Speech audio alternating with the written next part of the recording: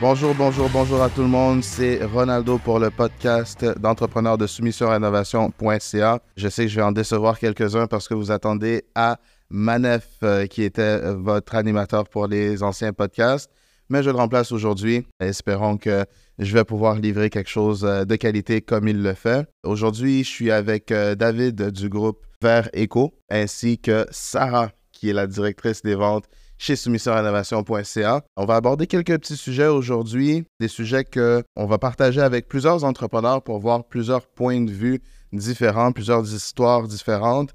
D'ailleurs, David, je sais que c'est pas la première fois que tu te joins au podcast, donc bienvenue, re-bienvenue. Ben merci. Et Sarah, c'est la première fois que tu fais le podcast avec nous. Tu te sens bien? Oui, ça va super bien. Parfait. Donc, je connais bien Sarah. En fait, Sarah occupe maintenant le poste que j'occupais dernièrement. Donc, c'est sûr et certain que je vais lui poser quelques questions, voir là, comment elle se sent par rapport à ça, puis si on partage les mêmes observations par rapport au monde de la construction puis aux entrepreneurs en général. Mais le focus, puis la personne là, de laquelle on voudrait entendre le plus les opinions, c'est bien sûr David. Comme c'est ton deuxième podcast, c'est sûr, je veux éviter de poser les mêmes questions que la dernière fois. Mais toi, c'est la deuxième fois que tu vas être là, mais ça se peut que ce soit la première fois que quelqu'un écoute le podcast, donc ça se peut qu'on refasse un petit peu là, une mise en petite genèse. Contexte. Hein? Exactement, une petite mise en contexte. Donc, c'est Vert Éco, le nom de ta compagnie. Je suis sûr et certain que Manef t'a posé la question quand c'était l'ancien podcast, mais pourquoi choisir ce nom-là pour ton entreprise? Ben, tu sais, au départ, on recule là, il y a quelques années. L'idée derrière ça, en fait, c'était de créer, en fait, de faire la construction au niveau des toits verts. Donc, on voit de plus en plus que les toits verts, ben, sont, je vais dire, à la mode, mais une mode qui est nécessaire, si je peux dire ça de même. Donc, au départ, c'était vraiment, là, on voulait s'enligner vers la toiture verte. Finalement, de fil en aiguille, on était allé plus vers ce qu'il y a, on va dire, la facilité au sol. Donc, on a décidé d'aller plus vers le terrassement là, au niveau du sol. Mais je dois quand même le mentionner, il y a un retour à l'idée des toitures vertes, mais sans aller nécessairement dans la toiture verte, mais plutôt dans le milieu de la végétalisation en milieu urbain. Quand j'ai en milieu urbain, au niveau plus institutionnel, commercial, industriel, donc on voit qu'il y a une demande par rapport à ça qui va être dans les prochaines années. Donc, on fait ce pivot-là en ce moment. Pour suivre un petit peu la vocation qu'on avait de départ.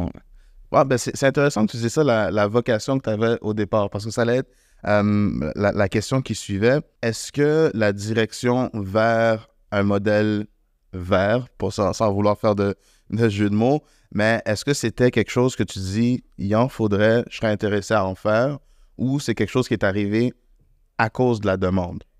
Ben, je dirais un peu des deux, là, mais tu sais, il y a surtout qu'on voit en ce moment, tu sais, qu'avec la gestion, je veux dire, par exemple, des eaux pluviales, avec la gestion, tu sais, des végétaux, on voit qu'il y a une demande, qu'il y a vraiment une nécessité au niveau de la verdure, mais tu sais, on faut pas juste penser au niveau écologique, mais au niveau pratique aussi. On comprend que, tu sais, en milieu urbain, les îlots de chaleur, pour ne pas les nommer, ben, on comprend que présentement, ben, c'est un mal nécessaire, si je peux utiliser le terme, mais on voit que dans les prochaines années, il va falloir revoir et repenser la façon de faire au niveau de la construction, mais pas juste au niveau de la construction, mais de nos habitudes en général. Ouais. Puis, est-ce que toi, Sarah, en entendant ça, est-ce que c'est quelque chose que tu remarques de plus en plus dans les offres des entrepreneurs ou dans les nouvelles inscriptions des entrepreneurs qui vont vers, dans le fond, ce genre d'avenue-là qui est un peu plus écologique, un peu plus tourné vers la verdure? Ben, c'est sûr qu'en termes d'écologie, pas nécessairement. C'est sûr que là, aujourd'hui, on a affaire avec un entrepreneur qui travaille dans ce milieu-là, donc c'est peut-être un petit peu plus le genre d'innovation qu'il va avoir dans son domaine. Mais en général, les entrepreneurs sont beaucoup dans un axe pour innover en général. Que ce soit de faire des soumissions par drone, d'avoir des plans 3D pour les soumissions, tout ça. Il y a beaucoup d'innovations qui prend en place dernièrement, mais au niveau de l'écologie, c'est sûr que dans le service de l'aménagement paysager, oui, on en entend parler, mais pas dans nécessairement tous les départements. Puis à quel point est-ce que, puis ça, je peux vous poser la question aux deux, là, mais à quel point est-ce que ces nouvelles tendances-là changent la conversation avec la clientèle en tant que telle? Ce que je veux dire par là, c'est on va voir un client, on lui propose un certain prix, un certain service. C'est quoi le pourcentage ou la portion que vient prendre la conversation écologique ou la façon de faire ou à quel point c'est important dans la conversation avec le client? Mais tu sais, je te dirais c'est assez niché. Donc, quand je dis c'est assez niché, tu sais, malgré ce qu'on peut entendre, c'est pas généralisé. OK. Donc, je dirais, quand je dis, tu sais, je vais reprendre le assez niché dans le sens que, malheureusement, je vais dire ça de même, mais tu sais, il y a une mauvaise compréhension, je pense, de ce que des pratiques, tu sais, au niveau de l'écologie. Puis, tu sais, je veux pas généraliser encore, mais tu sais, on s'imagine que c'est juste des je vais dire, puis même moi, le premier, là, c'est un volet plus grano, un volet, tu sais, sans vouloir généraliser, mais c'est vraiment, tu sais, quand on parle d'écologie, on s'imagine que, bon, ben, on veut plus de voitures, on veut plus telle affaire, mais on veut plus tondre notre pelouse. Mais, tu sais, loin de là, tu sais, la pelouse fait partie aussi intégrante de, je veux dire, de la lutte contre les îlots de chaleur, contre je veux dire, la gestion des eaux pluviales. Donc, est-ce qu'il faut penser que, OK, ben on scrape tout le modèle qu'on avait, je vais dire le modèle industriel qu'on avait à une certaine époque au niveau de la construction? Non. Il faut juste revoir la façon de faire, la façon de procéder, puis se dire, ben comment est-ce qu'on peut emmener une nouvelle avenue vers cette transition-là, sans nécessairement dire, ben on scrape tout ce qui a été fait, puis on recommence from scratch. Là. Ouais, à zéro. Puis d'après moi aussi, ça va venir créer un écart entre certains entrepreneurs. Tu sais, les gens qui vont aller vers des innovations vont être capables de beaucoup plus se démarquer auprès des clients versus d'autres entrepreneurs qui resteraient un petit peu plus dans les méthodes un peu plus anciennes, si je peux dire. Traditionnel. Ouais, c'est ça. Fait que, tu sais, auprès des clients, je pense que c'est plus là qu'on va voir les différentes conversations aussi d'un entrepreneur à l'autre. Parce que c'est sûr qu'un entrepreneur qui a plus de flèches à son arc, si on veut dire, là, il va avoir plus de possibilités d'obtention de contrats, etc. Ce qui est intéressant présentement, c'est que des choses qui étaient avant une option, qui pouvaient arriver une fois de temps en temps, puis qui devenaient presque une conversation de fin de semaine. Hey, tu sais pas qu'est-ce qu'un client m'a demandé cette semaine, première fois que je vois ça, etc. Là, présentement, il commence à avoir des entrepreneurs qui peuvent vraiment se créer une identité la routine, et être spécialisés là-dedans. C'est là, je pense, qu'on voit à quel point les choses ont évolué, parce que comme je te dis avant... C'était quelque chose de nouveau, d'inhabituel. Puis je dirais, mais tu sais, même au niveau des réglementations des villes, je pense, je veux pas me mettre le pied dans la bouche, mais je pense à Gatineau qui je pense passer une réglementation pour la toiture verte au niveau des bâtiments industriels ou commerciaux. Donc, un pourcentage, puis là, quand on parle de toiture verte, mais on inclut aussi les toitures énergétiques, dans le sens des panneaux solaires, ces trucs-là. Donc, la municipalité a dit, ben là, c'est assez, ce milieu-là doit changer, puis d'avoir juste un toit qui prend, je veux dire, de toiture de membrane blanche ou même de goudron, ben c'est fini. Nous, ce qu'on veut, c'est qu'il y ait un certain pourcentage de cette toiture-là qui soit intégrée avec soit de la végétation, soit des panneaux solaires, tu sais. Donc, il y a vraiment, c'est pas une tendance qui est, non, ça s'en vient, puis je pense que dans les 10, 15, 20 prochaines années, ben ça va être de plus en plus présent. Puis probablement, même au niveau résidentiel, ils vont commencer à réglementer. Les municipalités s'informent en ce moment sur ce sujet-là. Donc, je pense que dans les prochaines années, il va y avoir des changements. Puis si tu te dis, ben c'est juste une mode passagère, je pense que tu vas manquer le bateau. Puis dans 20 ans, ben, sans dire que tu vas être out, mais tu risques d'avoir des problèmes. Je ne vais pas faire une grosse capsule par rapport à ça, mais je m'intrigue beaucoup par rapport aux coûts reliés à une toiture verte. Est-ce que ça rentre dans les mêmes coûts qu'un toit plat standard? Ou Là, je pourrais pas m'avancer parce que je connais pas assez, comme le je dis, milieu encore.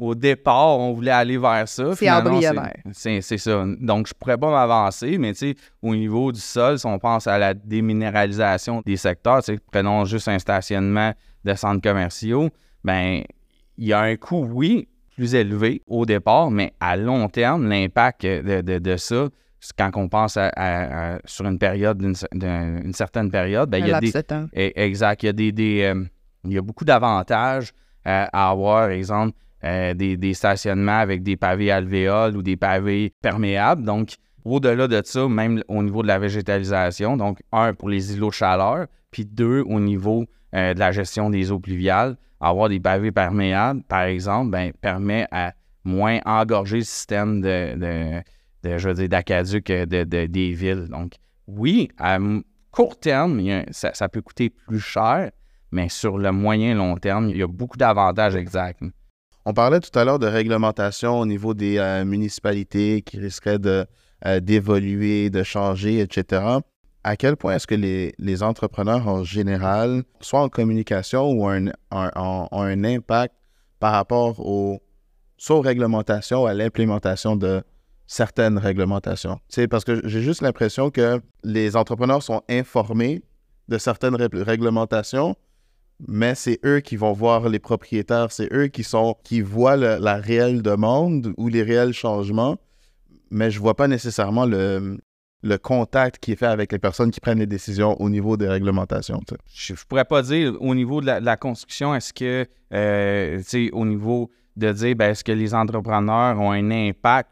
Je pense que, le monde sont confortables dans leur vieille pantoufle, donc ils ne veulent pas changer, mais quand la municipalité arrive et dit, là, les méthodes vont changer, je pense juste à certains arrondissements de Montréal, je pourrais pas certifier exactement que c'est vrai, mais j'ai déjà entendu dire comme pour le plateau Mont-Royal puis Rosemont, mais au niveau de l'asphaltage des stationnements au niveau résidentiel, c'est plus permis. Donc, quand on y pense, c'est un changement qui impacte énormément. Puis on n'a pas, on n'a pas consulté nécessairement les entrepreneurs à ce sujet-là. Est-ce que c'est une chose positive? À mon avis, oui, parce que c'est une problématique de dire, on met de l'asphalte partout, mais en même temps, est-ce que la Ville s'est souciée de l'impact au niveau entrepreneurial? Je pense qu'elle a juste passé son règlement, puis l'entrepreneur qui était dans ce secteur-là,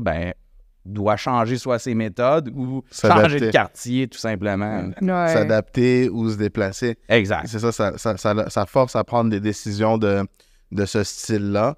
Puis, dans la construction, il y a, mis à part l'innovation puis la spécificité là, de ce qui est fait, il y a des choses qui sont assez générales puis qui impactent tout le monde en même temps. Un sujet qui est revenu quand même assez souvent, même au niveau des podcasts puis des conversations avec les entrepreneurs, c'est la fameuse main-d'œuvre qui est un problème qu'on sait qui est présent puis qui, d'après les statistiques, va être un problème pendant un bout de temps. Mais je voulais avoir ton avis parce que j'avais aussi parlé à un entrepreneur qui, lui, il avait déjà commencé là, au niveau là, de la toiture verte. Puis selon lui, cette partie de l'industrie-là serait un peu plus à l'abri du manque de main-d'œuvre, juste parce que c'est pas aussi... je vais te laisser répondre. Est-ce que tu trouves que vous êtes un peu à l'abri de ça ou est-ce que ce serait exactement la même chose que pour un couvreur régulier, disons? On a vécu, comme tout le monde, je pense, autour de 2021-2022, les problématiques de main-d'œuvre. Présentement, je pense qu'il y a un retour du balancier, là. Donc, la problématique de la main-d'œuvre, nous, on ne la vit pas, là. On l'a vécu comme tout le monde en 2021-2022 autour de ça.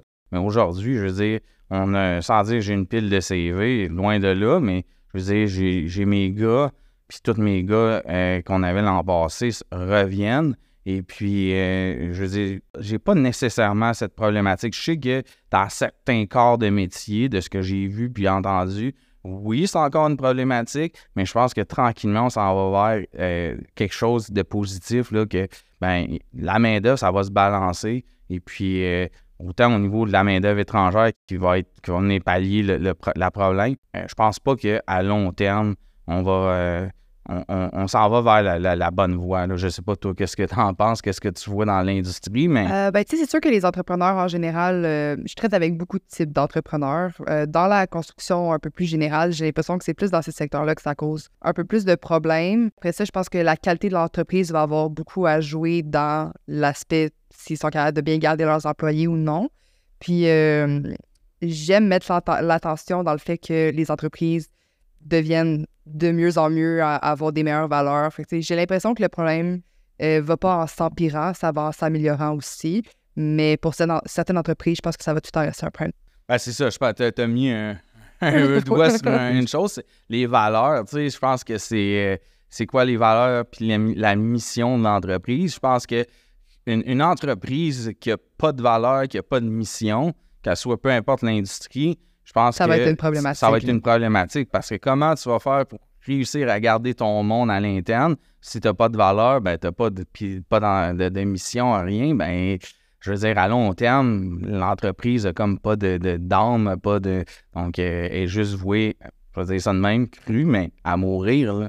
Les gens aiment représenter une entreprise qui les rende fiers aussi. Fait que c'est sûr que si on veut avoir des employés à long terme au sein de notre entreprise, il faut avoir une bonne image, il faut travailler sur le travail à long terme. C'est pas en claquant des doigts que ça se fait, là, une image d'entreprise. Au-delà de ça, pour peut-être clôturer, mais c'est pas juste une question de salaire. Parce que longtemps, je veux dire, mon père est en affaires, il nous a un peu inculqué ça. Et puis, je vais dire ça de même, mais sa mentalité était, ben mon employé, s'il reste pas, c'est peut-être parce que le voisin offre plus que qu'est-ce que... Mais c'est totalement... En termes d'argent. En termes d'argent, puis c'est tellement plus ça. Je vois, quand je dis mon monde revient tout cette année, je veux dire, probablement que dans mon industrie, j'en vois qui payent une fois et demie le salaire que j'offre à mes employés. Puis là, je suis pas en train de dire je paye mal mon staff, là, c'est pas ça vraiment, pas en tout, mais tu sais, mon staff reste parce que j'ai l'impression qu'ils ont les mêmes valeurs, les mêmes volontés, la même vision, mission qu'on veut dégager. Tu sais, si ça colle pas avec nous autres, ben, je veux dire, va-t'en à l'autre à côté qui t'offre peut-être plus, là, mais ça veut pas dire que rendu là, tu vas être plus heureux parce que tu gagnes une fois et demie plus que qu'est-ce qu'on offre. Là. Mais tu sais, c'est quand même très intéressant parce que là, vous parlez de valeur d'entreprise, puis de la direction, puis le sentiment d'appartenance d'un employé, puis tout ça. Puis, c'est toujours des choses que j'ai trouvé que, théoriquement, ça faisait beaucoup de sens. Puis que, à quel point c'est appliqué après? Tu sais, dans la pratique, surtout dans le monde de la construction, puis je dis surtout dans le monde de la construction parce que chez Soumission Innovation, on a mis en place quelque chose là, pour le recrutement, pour aider les entrepreneurs à recevoir là, des employés potentiels. Puis, la présentation que fait ces employés-là qui ultimement cherchent une job. Tu sais, les questions qu'ils posent ou la présentation de base, c'est pas nécessairement une présentation, c'est pas des questions de, tu sais, c'est quoi vos objectifs ou quelles sont vos valeurs. Tu sais, la plupart, c'est est-ce qu'il me faut un auto?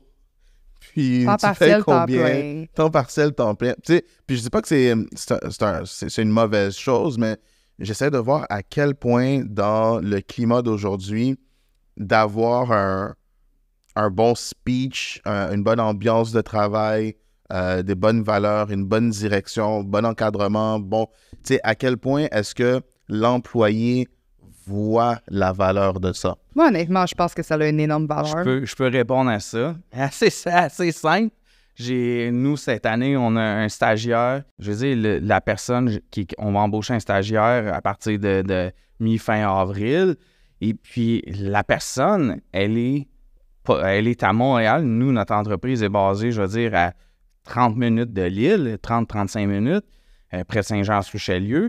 Donc, en banlieue, pour être précis. Mais, je veux dire, la personne est prête à partir de Montréal, et non l'inverse, là, de dire, bien, à part de la Rive-Sud ou puis s'emmener à Montréal, mais plutôt l'inverse, de dire, ben moi, parce que j'aime les valeurs, j'aime la mission, puis ça me colle à moi, je suis prêt à faire l'inverse, faire le trajet inverse, puis d'aller travailler pour cette entreprise-là. Puis il y a vraiment, là, c'était une présentation, puis je veux faire mon stage chez vous et non ailleurs, là. Et puis, je veux dire, il y en a plein d'autres entreprises, je veux dire, de la région de Montréal, en aménagement, mais la personne a dit, non, moi, c'est ça que je veux faire.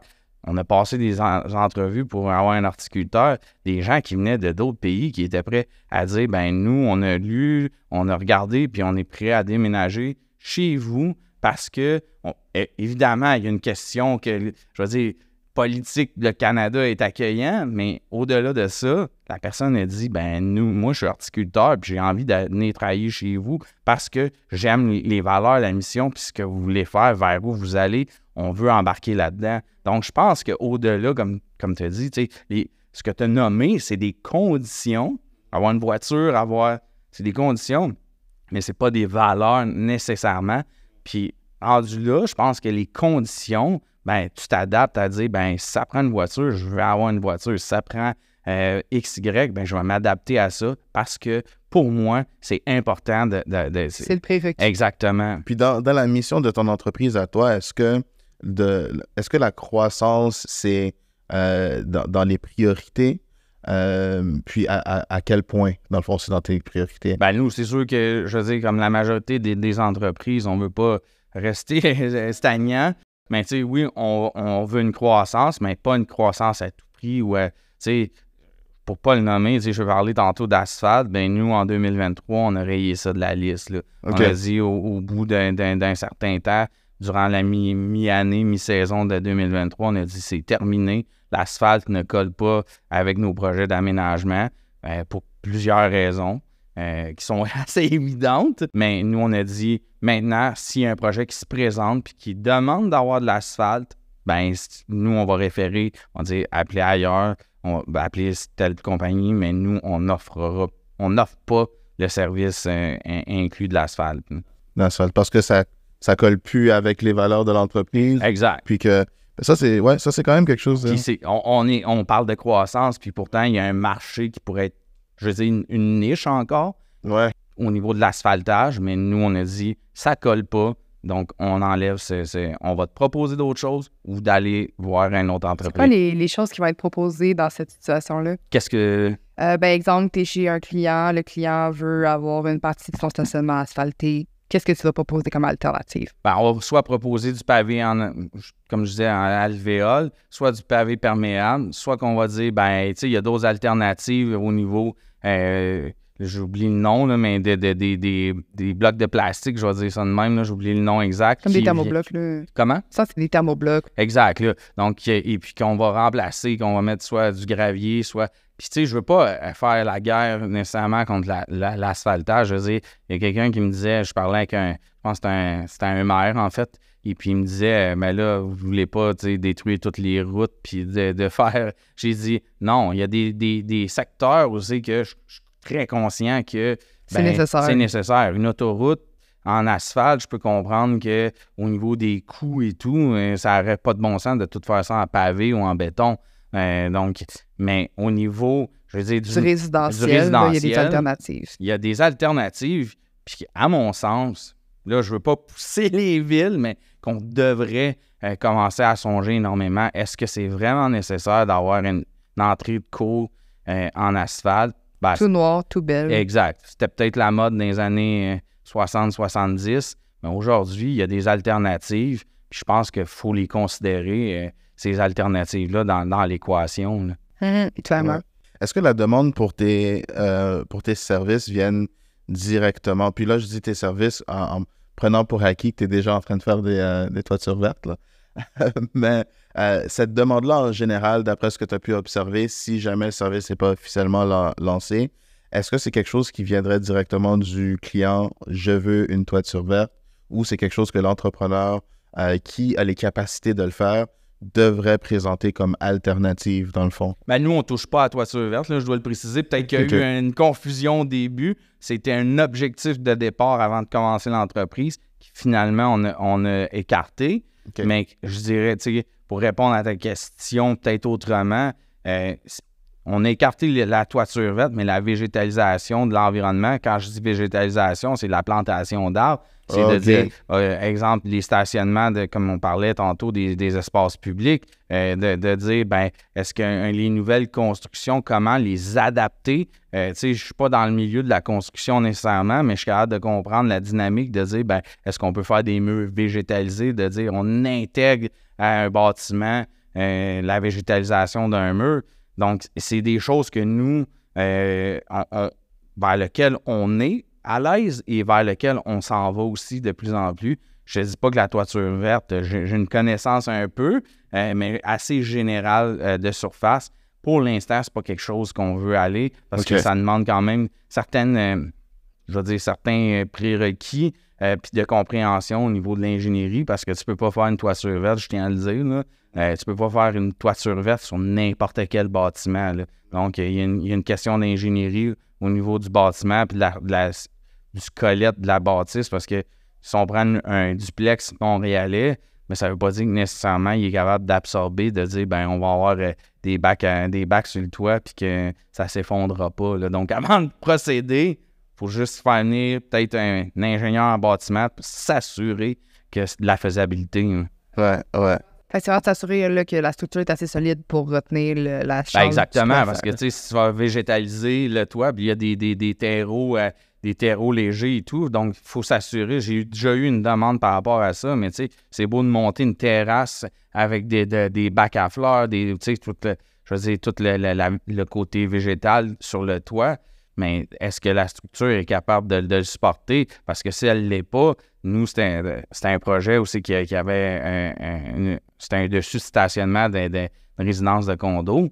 Mais si la structure n'est pas capable de le supporter, il y a des risques d'affaissement. Ce qui était le cas dans le cas présent, c'est qu'il devait refaire la toiture parce qu'il y avait eu une fissure au niveau du toit de stationnement qui n'était pas supposé d'avoir. Là, je tiens à le dire, c'est avant nous, bien avant nous, il y a peut-être une quinzaine d'années, mais la toiture n'a pas résisté. Donc, il y avait un risque d'effondrement au niveau du stationnement. Puis on veut éviter ça. Là, je veux dire, on n'est pas là en train de dire faut que tout végétaliser, mais on se fout que si le toit puis qu'on blesse du monde, on s'en fout loin de là.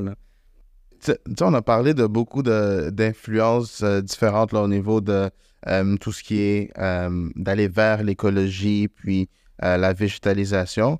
À quel point est-ce que la façon que les saisons changent drastiquement présentement, à quel point ça a un impact? Tu sais, je regarde l'hiver qu'on vient d'avoir, là, comparé aux autres hivers d'avant. Tu sais, est-ce que ça, au niveau de ton travail, ça a un impact aussi? Puis c'est quoi l'impact, dans le fond? Ben, tu sais, c'est dur à dire, est-ce que ça a un impact? C'est sûr que ça fait prendre conscience de ce qui se passe. Tu sais, je veux dire, un hiver comme on a eu, c'est assez spécial comme hiver, là. Je vais le dire de même, mais tu sais, je veux dire, à l'âge que j'ai, je peux pas, mais puis tu sais, les données qu'on a, je pense qu'elles sont pas encore assez, tu sais, quand je dis sont pas encore assez détaillées, est-ce que c'est un cycle comme on vient de vivre, un hiver comme on vient de vivre?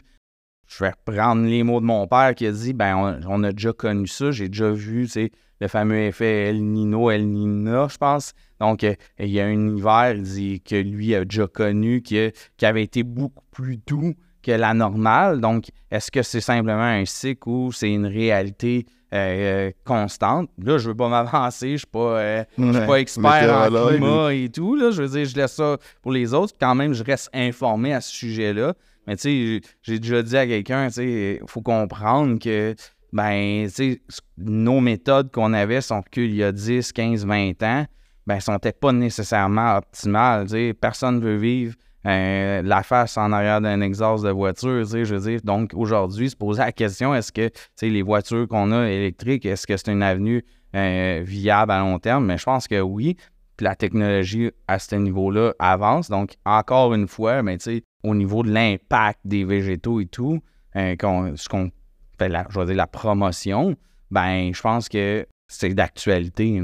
Puis en parlant d'actualité puis d'avancement, est-ce que dans l'horticulture en général ou dans le paysagement, est-ce que tu remarques beaucoup de nouveautés en termes de jeunesse, de nouveaux entrepreneurs jeunes? Tu sais, je pose la question parce que, tu sais, dans les statistiques qu'on regarde ici, ça c'est dans le monde de la construction en général, là, d'ici 2030, environ 300 000 travailleurs de la construction devraient prendre leur retraite au Canada. Ça m'amène à demander, tu sais, à travers là, toutes les sphères de l'industrie de la construction, est-ce que vous la voyez, la relève, ou est-ce que vous la voyez? Ben, je pense que la question, tu sais, on est conscient, là, il y a une génération qui est en train de s'en aller vers la retraite, là, tranquillement.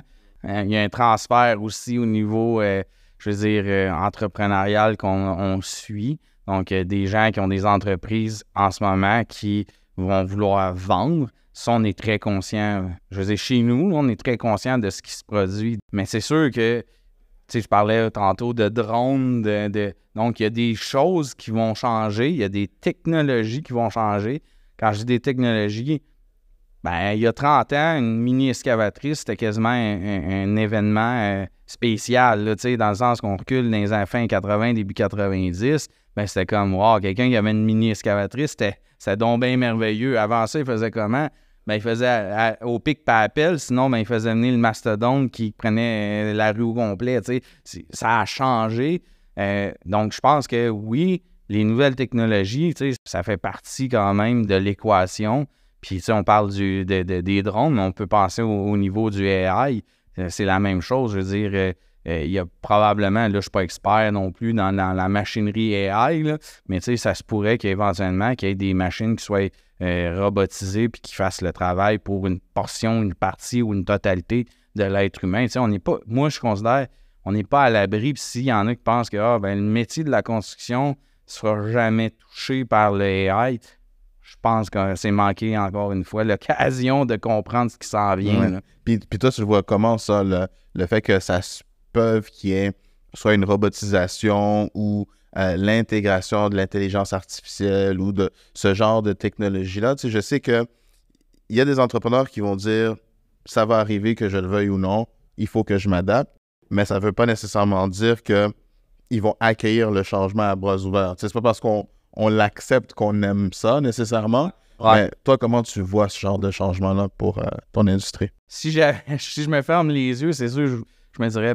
je veux pas que ça arrive, mais en même temps, si on recule historiquement, qu'on repasse au début du 20e siècle, en fait, dans les années 1900, si on pense à ça, l'arrivée du tracteur, l'arrivée On a un bon bout de chemin de fait déjà. Exactement, puis je veux dire, probablement les premiers qui avaient des tracteurs, ou peu importe, au niveau agricole, je veux dire, de la machinerie, les premiers, ils devaient se dire, non, le bœuf ne sera pas remplacé par une machine à vapeur ou à charbon ou peu importe. Aujourd'hui, il y en a encore des reste qu'il est fonctionnel, le bœuf, mais il est beaucoup moins efficace que la machine. Exact.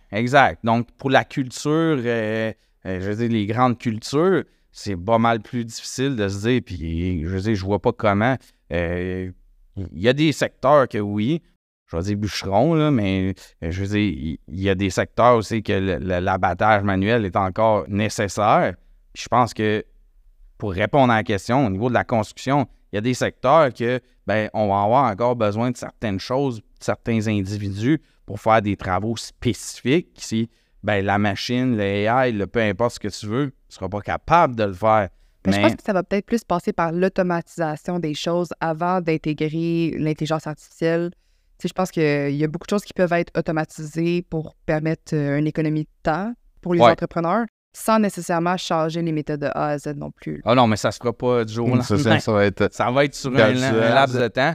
Puis, tu sais, je pense qu'il y a des gens, on parlait de génération, mais tu sais, il y a une génération qui, je vais dire, mes parents n'avaient pas nécessairement besoin de comprendre ou d'apprendre l'informatique. Aujourd'hui, un entrepreneur qui ne comprend pas comment un ordinateur fonctionne, là, c'est une béquille. S'il y a 20-30 ans, je m'excuse, s'il ne comprend pas, il va perdre tantôt, là, puis même il est déjà perdant. Là. Donc, tu sais, il faut que tu comprennes un peu la dynamique puis comment ça se passe aujourd'hui pour pouvoir avancer puis dire, je veux pas être out of the game. Ouais. Mais tu sais, dans ce que tu viens de dire, par exemple, les personnes qui doivent soit apprendre ou s'assurer d'être encore en connaissance là, de tout ce qui est informatique, tout ce qui est ordinateur, technologie, etc. Tu sais, il y a plusieurs types d'entrepreneurs, mais il y en a deux que je vais aborder. Tu sais, tu as l'entrepreneur je suis un nouvel entrepreneur, j'ai vécu ma vie avec un ordinateur, je sais comment ça fonctionne, je m'adapte bien, etc. Puis tu as l'entrepreneur qui est comme, là, tu sais, les choses changent, là, il faut que j'apprenne à utiliser l'ordinateur. Puis ces entrepreneurs-là, ils ont le choix de soit aller apprendre ou commencer à déléguer. Commencer à aller se trouver des personnes qui sont spécialisées dans des endroits où est-ce que, s'ils ne sont pas présents, comme tu dis, ils commencent à perdre. Dans un sens, c'est que ça crée des opportunités pour certaines personnes, mais dans un autre, ça force certains entrepreneurs à soit se rééduquer ou bien de se reformer sur certains points pour rester compétitif. Est-ce que toi, si tu regardes quand tu as commencé, puis présentement, est-ce que tu trouves que tu délègues plus maintenant à cause des changements ou si tu le fais, c'est plus à cause de la charge de travail en tant que tel? Tu sais, commence à apprendre de plus en plus comment déléguer. C'est pas naturel pour personne. Je pense que c'est... je dis pour personne, c'est plutôt difficile pour plus que pour d'autres, certains. Je commence à je veux dire, tomber en amour avec la délégation. Donc, si je peux dire ça de même, mais tu sais, j'ai quand même une passion au niveau informatique, au niveau des technologies. Donc, je reste à l'affût. Mais tu sais, ce qui est génial dans l'industrie, je veux dire, l'industrie manuelle, là, que ce soit terrassement, paysagement, construction, mais tu sais, les tendances changent lentement. Tu sais, Okay. On n'est pas... tu sais, on parlait, c'est pas demain matin que le AI va remplacer tout, c'est pas demain matin, mais il y a des industries, tu sais, qui sont plus à risque au niveau, je pense, des nouvelles technologies, que, tu sais, si t'as pas compris comment le AI fonctionne, mais dans 1 an, 2 ans, 3 ans, 5 ans, tu vas être tellement en retard que, tu sais, tu vas être out. Mais dans l'industrie de la construction, en général, au niveau des métiers manuels, je pense pas que dans 5 ans, si tu n'as pas compris le AI, que ça va être out. Là. Tu sais, c'est encore drôle, tu sais, dans le sens parce que, tu sais, je ne vais pas contredire 100% ce que tu dis, mais, tu sais, le métier en tant que tel, il y a du chemin à faire avant que la robotisation ou l'intelligence artificielle remplace l'entrepreneur ou le travailleur. Mais, tu sais, avant d'arriver au point où est-ce qu'on commence la job chez un client, tu sais, peu importe l'industrie, dans la construction, ce qui risque de vraiment changer, c'est l'acquisition de ce nouveau client-là. C'est au niveau administratif. Exactement. L'AI c'est au niveau administratif que tout, mais au niveau, sans utiliser de mauvais jeu de mots, mais au niveau du gars qui est le tapeux de marteau, je veux dire... Il va continuer à taper son marteau. Il va continuer, puis je pense pas que dans 10 ans, tu sais, je veux dire que les nouveaux qui sont formés, qui ont appris à taper du marteau, je veux dire, lui, il ne sera pas impacté dans les 5 à 10 prochaines années. L'AI n'est pas rendu là. C'est plus au niveau de la croissance de l'entreprise que ça va aider à percer. Au niveau administratif. Mais tu sais, dans l'acquisition de nouveaux clients, toi, ça fait un bout de temps que tu es avec la plateforme de soumissionrénovation.ca. Ouais. Tu sais, imagine si tu disais, c'est quoi, c'est bien beau, là, votre technologie et tout ça, mais moi, depuis que j'ai commencé, c'était les pages jaunes. Fait que moi, je vais continuer à m'afficher dans les pages jaunes, puis que c'est là que je vais continuer à avoir mes clients. Ça va pas être impossible pour toi d'avoir des clients. Il y a des gens qui vont y aller encore, mais est-ce que tu vas être capable de compétitionner avec quelqu'un qui est sur ce genre de plateforme-là, qui a son site Internet, des investissements marketing? C'est plus à quel point tu vas avoir l'occasion d'aller taper ton marteau si tu n'as pas utilisé les autres stratégies pour avoir de nouveaux clients. Il y a une adaptation, puis je pense, là, je veux pas être plate, mais il y a un retour encore là du balancier au niveau, tu sais, des tu sais, si on prend, je vais dire, les publicités sur Meta ou Google, mais de plus en plus de gens font comme, ouais, mais jusqu'à quel point c'est rendu, oui, tu es capable de calculer combien de retours sur investissement tu es capable d'avoir, mais jusqu'à quel point, exemple, tu sais, une publicité sur un camion, je veux dire, un pick-up, là, pour pas... Un moment donné, il y avait quelqu'un en publicité qui me dit ça, il dit combien ça te coûte annuellement en publicité Facebook, combien ça te coûte faire lettrer ton camion avec un full wrap, puis il compare, tu sais, puis combien de temps ton camion tu vas l'avoir versus, tu sais, puis combien qui va te... Tu sais, c'est un panneau publicitaire que tu te fais installer sur ton camion. Ben, tu sais, c'est des questions. Est-ce que la page jaune, évidemment, les pages jaunes sont out aujourd'hui, mais au niveau de... Il y a d'autres canaux qu'on peut utiliser qui est... Aujourd'hui, je pense que c'est à se questionner. Est-ce que encore c'est valide de dire, ben je dois mettre 100% de mon budget marketing en publicité? Non, je pense que tranquillement, les gens commencent à comprendre. Le retour des accroche-portes en porte-à-porte. Exact. Mais tu sais, c'est peut-être niaiseux, mais... Ça fonctionne. Je sais, ça fonctionne. Puis au niveau du coût d'acquisition, tu sais, les publicités Facebook, Meta, Google sont de plus en plus chères. Puis là, les algorithmes changent de semaine en semaine, qu'à un moment donné, ben, t'es comme... Difficile de se tenir à jour, lui. Exact. Je recule il y a 10 ans, puis faire une publicité sur Facebook, tu publiais « Merci, au revoir », puis t'avais genre 10 coups de téléphone. La pluie, là. Aujourd'hui, je veux dire, les mêmes pratiques sont compliquées, puis il faut que tu comprennes, puis là, ben, tu essaies d'analyser, puis là, est-ce que le nouveau iOS d'Apple vient pas te jouer d'impact, puis, fait que, tu sais, c'est vraiment pas... Mais je pense que les méthodes, il y a des méthodes traditionnelles qui fonctionnaient, que les gens ont abandonnées, puis c'est drôle, mais la nouvelle génération commence à comprendre que, ouais, ben peut-être que, oui, c'est beau, tout ça, mais il y a peut-être une autre façon de procéder, puis revenir aux bases. exact. Puis la base, ben, tu sais, c'est les méthodes traditionnelles, je vais dire, de nos anciens, nos vieux. Donner la bonne carte d'affaires, faire du référencement en bouche-oreille. Exact. Mais je trouve que ce qui a toujours le plus d'impact, c'est ce qui sort du lot. Fait que là, quand tu as un transfert que tout le monde se dit « je vais aller vers ce genre de publicité-là », à la seconde où est-ce que tout le monde est rendu là, l'impact... Ça vaut plus rien. Ça vaut plus la même chose du tout. Non. Fait que c'est comme, est-ce que je suis capable d'avoir une stratégie, une présentation, une mission, des valeurs, quelque chose qui fait en sorte que quand on tombe sur mon entreprise... Je me différencie. On pense différemment. Exactement, je me différencie. Est-ce que c'est dans la prise de contact? Est-ce que c'est dans la première conversation?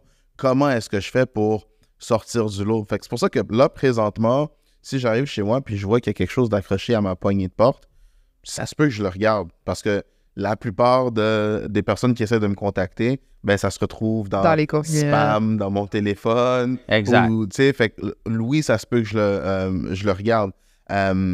Mais ça veut pas dire que je vois pas l'importance, dans le fond, d'avoir une présence en ligne parce que l'autoroute, maintenant, il est en ligne, là, tu sais. Oui, ben tu sais, j'ai pas dit qu'il fallait plus faire de publicité Facebook.